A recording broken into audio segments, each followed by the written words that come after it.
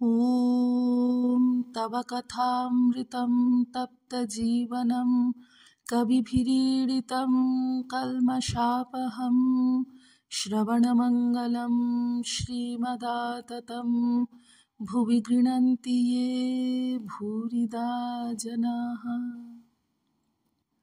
ঠাকুর শ্রী রামকৃষ্ণ দক্ষিণেশ্বর মন্দিরে ভক্ত সঙ্গে 1884 24শে মে।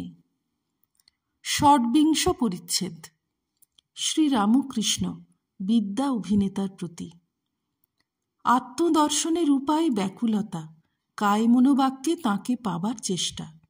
যখন অনেক পিত্ত জমে তখন নেবা লাগে, সকল জিনিস হলদে দেখায়, হলদে ছাড়া কোনো রং দেখা যায় না। তোমাদের যাত্রাওয়ালাদের ভিতর যারা কেবল মেয়ে সাজে তাদের প্রকৃতি ভাব হয়ে যায়, মেয়েকে চিন্তা করে মেয়ের মতো হাবভাব সব হয়। সেইরূপ ঈশ্বরকে রাত দিন চিন্তা করলে তাঁরই সত্তা পেয়ে যায়। মনকে যে রঙে ছোপাবে সেই রং হয়ে যায়, মন ধোপা ঘরের কাপড়। বিদ্যা, তবে একবার ধোপা বাড়ি দিতে হবে। শ্রীরামকৃষ্ণ: হ্যাঁ, আগে চিত্তশুদ্ধি, তারপর মনকে যদি ঈশ্বর চিন্তাতে ফেলে রাখো তবে সেই রঙই হবে। আবার যদি সংসার করা, যাত্রাওয়ালার কাজ করা এতে ফেলে রাখো তাহলে সেই রকমই হয়ে যাবে। সপ্তবিংশ পরিচ্ছেদ। শ্রীরামকৃষ্ণ একটু বিশ্রাম করিতে না করিতেই কলিকাতা হইতে হরি, নারায়ণ, নরেন্দ্র বন্দ্যোপাধ্যায় প্রভৃতি আসিয়া তাহাকে ভূমিষ্ঠ হইয়া প্রণাম করিলেন।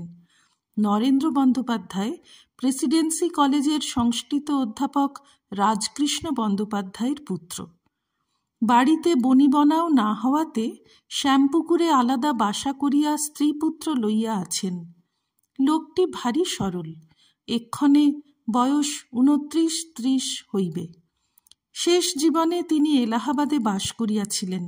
58 বৎসর বয়সে তাঁহার শরীর ত্যাগ হইয়াছিল। তিনি ধ্যানের সময় ঘণ্টা, নিনাদ প্রভৃতি অনেক রকম শুনিতে ও দেখিতে পাইতেন। ভুটান, উত্তর পশ্চিমে ও নানা স্থানে অনেক ভ্রমণ করিয়াছিলেন। ঠাকুরকে মাঝে মাঝে দর্শন করিতে আসিতেন। হরি, পরে স্বামী তুরীয়ানন্দ, তখন তাঁর বাগবাজারের বাড়িতে ভাইদের সঙ্গে থাকিতেন। জেনারেল অ্যাসেম্বলিতে প্রবেশিকা পর্যন্ত পড়িয়া আপাতত বাড়িতে ঈশ্বর চিন্তা, শাস্ত্রপাঠ ও যোগাভ্যাস করিতেন। মাঝে মাঝে শ্রীরামকৃষ্ণকে দক্ষিণেশ্বরে আসিয়া দর্শন করিতেন। ঠাকুর বাগবাজারে বলরামের বাটিতে গমন করিলে তাহাকে কখনো কখনো ডাকিয়া পাঠাইতেন। শ্রীরামকৃষ্ণ ভক্তদের প্রতি। বুদ্ধদেবের কথা অনেক শুনেছি, তিনি দশাবতারের ভিতর একজন অবতার। ব্রহ্ম অচল, অটল, নিষ্ক্রিয় বোধস্বরূপ।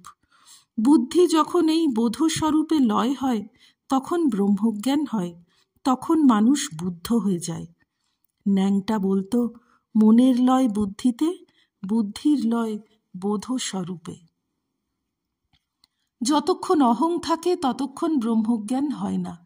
ব্রহ্মজ্ঞান হলে, ঈশ্বরকে দর্শন হলে তবে অহং নিজের বশে আসে, তা না হলে অহংকে বশ করা যায় না।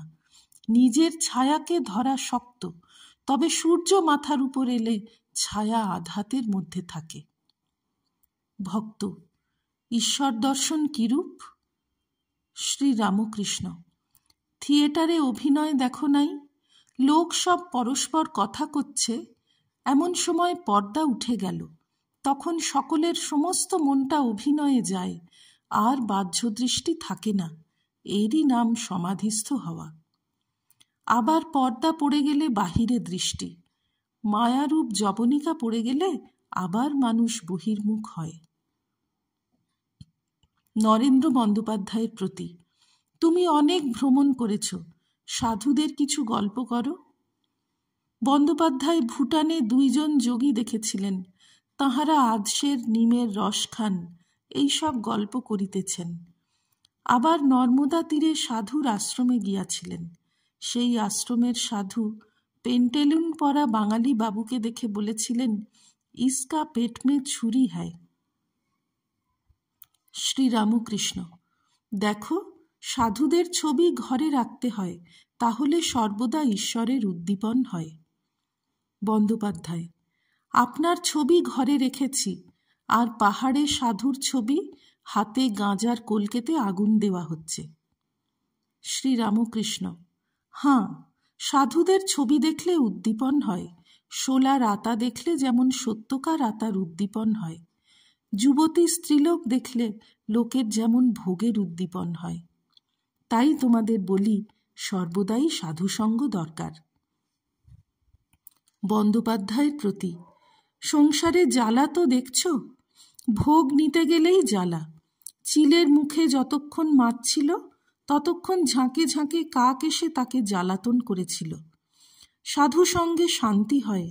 জলে কুম্ভীর অনেকক্ষণ থাকে, এক একবার জলে ভাসে নিঃশ্বাস লবার জন্য, তখন হাঁপ ছেড়ে বাঁচে। যাত্রাওয়ালা: আজ্ঞা, আপনি ভোগের কথা যা বললেন তা ঠিক। ঈশ্বরের কাছে ভোগের কামনা করলে শেষকালে বিপদে পড়তে হয়। মনে কত রকম কামনা বাসনা উঠছে, সব কামনাতে তো মঙ্গল হয় না। ঈশ্বর কল্পতরু, তাঁর কাছে যা কামনা করে চাইবে তা এসে পড়বে। এখন মনে যদি উঠে ইনি কল্পতরু, আচ্ছা দেখি বাঘ যদি আসে, বাঘকে মনে করতে গিয়ে বাঘ এসে পড়ল আর লোকটাকে খেয়ে ফেললে। শ্রীরামকৃষ্ণ: হাঁ, ওই বোধ যে বাঘ আসে। আর কি বলবো, ওই দিকে মন রেখো, ঈশ্বরকে ভুলো না, সরলভাবে তাকে ডাকলে তিনি দেখা দিবেন।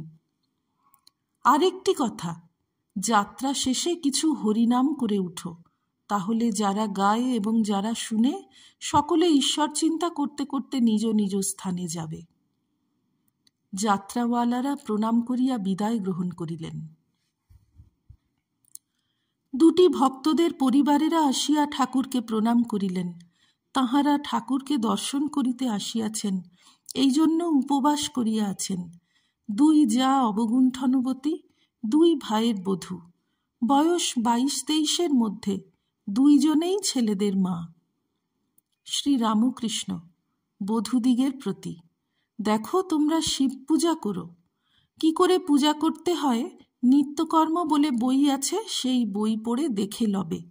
ঠাকুর পূজা করতে হলে ঠাকুরের কাজ অনেকক্ষণ ধরে করতে পারবে। ফুল তোলা, চন্দন ঘষা, ঠাকুরের বাসন মাজা, ঠাকুরের জল খাবার সাজানো, এই সকল করতে হলে ওই দিকেই মন থাকবে। হীন বুদ্ধি, রাগ, হিংসা এসব চলে যাবে। দুই যায় যখন কথাবার্তা কইবে, তখন ঠাকুরদেরই কথাবার্তা কইবে। কোনো রকম করে ঈশ্বরেতে মনের যোগ করা, একবারও যেন তাকে ভোলা না হয়। যেমন তেলের ধারা, তার ভিতর ফাঁক নাই।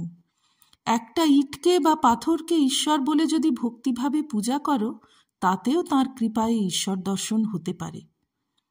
আগে যা বললুম শিব পূজা, এইসব পূজা করতে হয়, তারপর পাকা হয়ে গেলে বেশি দিন পূজা করতে হয় না। তখন সর্বদাই মনের যোগ হয়ে থাকে, সর্বদাই স্মরণ মনন থাকে। বড় বধূ শ্রীরামকৃষ্ণের প্রতি: আমাদের কি একটু কিছু বলে দিবেন? শ্রীরামকৃষ্ণ সস্নেহে: আমি তো মন্ত্র দিই না। মন্ত্র দিলে শিষ্যের পাপ তাপ নিতে হয়। মা আমায় বালকের অবস্থায় রেখেছেন। এখন তোমরা শিব পূজা যা বলে দিলাম তাই করো। মাঝে মাঝে আসবে, পরে ঈশ্বরের ইচ্ছায় যা হয় হবে। স্নানযাত্রার দিন আবার আসবার চেষ্টা করবে। বাড়িতে হরিনাম করতে আমি যে বলেছিলাম, তা কি হচ্ছে? বধূ শ্রীরামকৃষ্ণের প্রতি: আজ্ঞা হাঁ। শ্রীরামকৃষ্ণ: তোমরা উপবাস করে এসেছ কেন? খেয়ে আসতে হয়। মেয়েরা আমার মার এক একটি রূপ কিনা, তাই তাদের কষ্ট আমি দেখতে পারি না। জগন্মাতার এক একটি রূপ। খেয়ে আসবে, আনন্দে থাকবে। এই বলিয়া শ্রীযুক্ত রামলালকে বধূদের বসাইয়া জল খাওয়াইতে আদেশ করিলেন। ফলহারিণী পূজার প্রসাদ, লুচি, নানাবিধ ফল, গ্লাস ভরিয়া চিনির পানা ও মিষ্টান্নাদি তাঁহারা পাইলেন। ঠাকুর বলিলেন, তোমরা কিছু খেলে, এখন আমার মনটা শীতল হল। আমি মেয়েদের উপবাসী দেখতে পারি না।